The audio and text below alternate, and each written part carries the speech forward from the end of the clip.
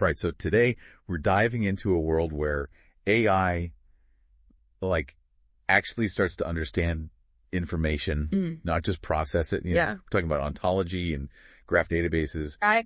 Exactly. And no, you do not need like a computer science degree to follow along here. We're going to break it down. That's right. Yeah, we're going to make it super accessible so you can tell the difference between the two and know when to use which one, even if you're just starting out. Okay, perfect. So by the end of this deep dive, you'll be able to impress your colleagues with, all this knowledge about how machines understand these complex relationships.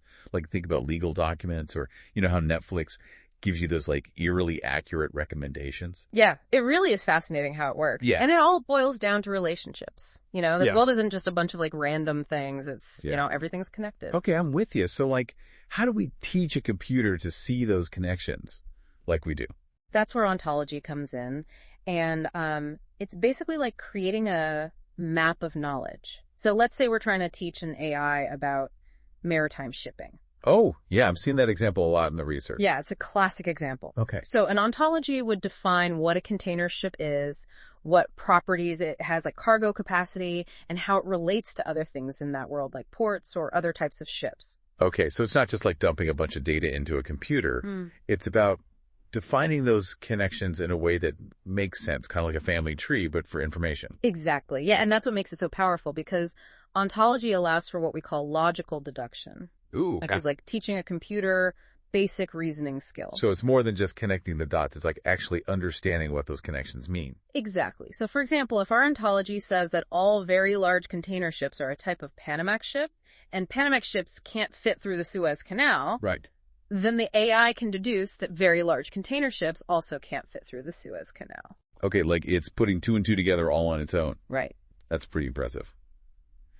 Okay, so ontology is all about meaning and logic, but like, where does GraphDB fit into all of this? Yeah, so think of GraphDB like as a super high-speed filing system for all of that interconnected data. So it's like having this massive library where you can instantly find any book and see how it relates to all the other books. So if ontology is the map, then GraphDB is like the library that contains all the details. Got it. Okay. Yeah. So, for example, like think about Netflix's recommendation system. Yeah. It has to analyze tons of data points, like users, movies, their ratings, right, and find patterns really fast to figure out what you're going to want to watch next. And that's where GraphDB really shines. Okay, so it's less about those logical deductions like we talked about with ontology and more about finding the connections between all those data points like super quickly. Yeah. Speed and efficiency are key there. Okay, this is starting to all click into place. But we did have a listener write in, and they're wondering, do you have to pick one or the other, ontology or GraphDB? That's a great question, and that's where it gets even more interesting because they aren't necessarily mutually exclusive. In fact, sometimes they work best together. Oh, really? Yeah. I'm seeing an example here about ship maintenance. Yeah. Can you break that down for us? Sure. So imagine you're trying to track the maintenance needs of a whole fleet of ships. Okay. You could use ontology to define all the different parts of a ship and how they relate to each other. Okay, so kind of like a blueprint for each ship. Exactly. Yeah. And then you can use a GraphDB to store all the real-time data coming from sensors on those ships. So that could be things like temperature readings, fuel levels, engine performance. And when you combine those two, the ontology and the GraphDB, you have this super powerful system that understands the structure of the ships, but also has access to all this real-time performance data.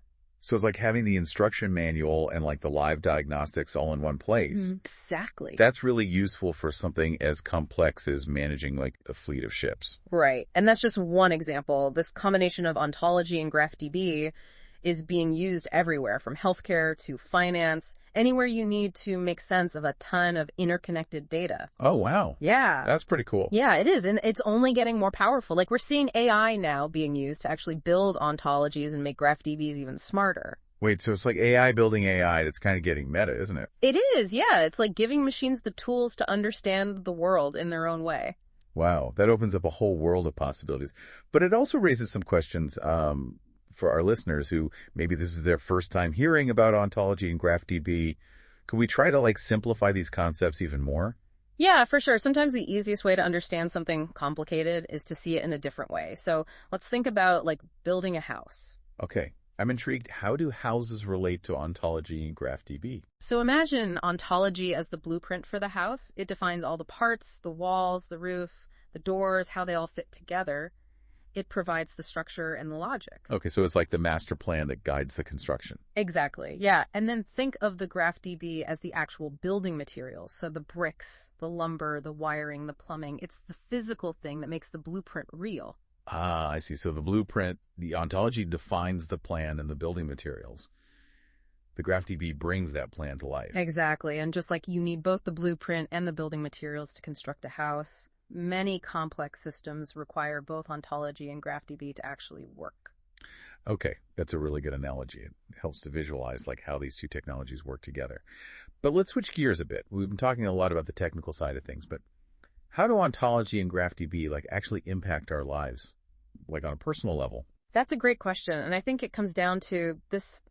These technologies help bridge the gap between human understanding and the massive amount of data that's out there. They're translators helping us make sense of the digital world. Okay, can you give us some concrete examples of how that's happening? Sure, let's take healthcare. Imagine using ontology to model all that complex medical knowledge. Okay. This allows us to create AI systems that can help doctors diagnose diseases more accurately and develop more personalized treatment plans. So instead of just relying on a doctor's individual knowledge and experience, they could have access to an AI that's analyzed like a huge amount of medical data and can offer insights based on that. Exactly. It's like having a whole team of specialists right at your fingertips, all thanks to ontology and GraphDB. Wow. And it's not just healthcare. These technologies are being used in education, finance, environmental science, any field where you need to understand complex relationships and data. Sounds like these technologies have the potential to like revolutionize just about every industry. They really do. And as we keep developing more sophisticated systems, we can expect to see even more transformative applications down the road. This has been a really eye-opening discussion. I feel like I have a much better grasp of ontology and GraphDB now.